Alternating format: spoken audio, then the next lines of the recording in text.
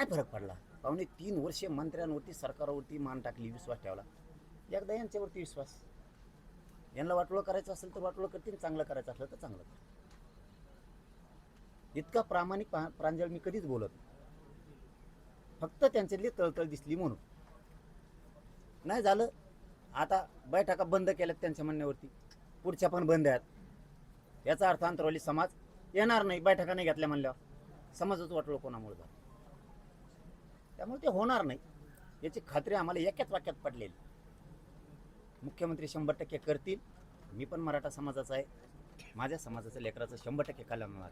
आईला म्हणलं जाऊन द्या ना, काय तर कशामुळे आपण तरी बार बार काय म्हणते त्याला, ते राजकारण्यासारखं वागायचं, स्टंट करायची काय गरज नाही. आंदोलन केलं तरी मिळणार आहे, नाही केलं तरी मिळणार. पण नाही दिल्यावर नाही बसून काय करू? बघू समाजाचा उन्हाळा झालेला, लेकरा बाळांचा आक्रोश बघू. ॲडमिशन वाचून बापाजवळ पैसे नाहीत, व्हॅलिटी वाचून लेकरू घरी येणारे बघू. का बघावं? जीव जाईल माझा, याचं पुढं काय? एवढंच फरक. मला थोडं बैठका न घेतल्यामुळं, आंदोलनाचं निवेदन न झाल्यामुळं आंदोलन थोडं वेगळं कडक करावं लागणार, एवढाच फरक. आणि माझ्या मायबाप समाजाने येऊ पण नाही. माझी पण इच्छा आहे की माझ्याही समाजानं येऊ नये. ऊन लई आहे. तुम्हाला मला वेटीस पण धरायचं नाही. जसं लाडभाऊ म्हणले तसं मला तुम्हाला वेटीस पण नाही धरायचं. मला समाजाला, सरकारला वेटीस नाही धरायचं. तुम्ही येऊ नका, मी तुमच्यासाठी लढायला आणि मरायला तयार आहे एका जागेवरती बसून. पण ते आंदोलन तुम्ही येऊ नका. उन्हात कुणाचं काही झालं, काय झालं, मी समाजावरती जीव लावतोय, तेही लावताय. तेही म्हणले समाज होऊ नये, असं आहे तसं आहे, काय होऊ नये, समाजाने बी येऊ नये. माझंही म्हणणं आहे, मी लढतो. एवढंच आहे की सरकारवर दबावासाठी पब्लिक असती तर ती आता मी बैठका लाडभाऊवरती आणि मुख्यमंत्र्यांवरती विश्वास ठेवल्यामुळं मी त्या थांबवलेल्या आहेत.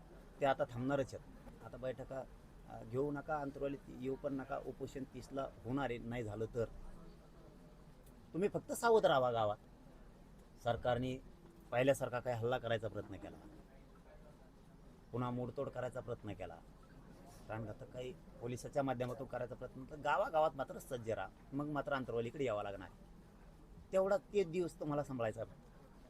बाकीचं मी सांभाळतो आणि मी बसतो. आंदोलन मी 30ला नक्की करणार आहे, त्यात बदल होणार नाही.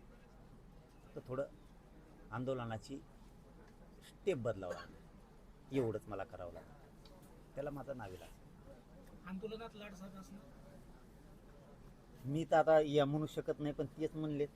पण मला नाही वाटत खरंच होईल. खरंच सांगतो मी तुम्हाला. मी त्यांना, मला काही लोकांनी सांगितलं त्यांच्या जवळचे, ते मुख्यमंत्र्याला लय जवळचे, लयच आबरे माणसं असते तर ते दम नाही खात, लगेच कुठं सांगत येत.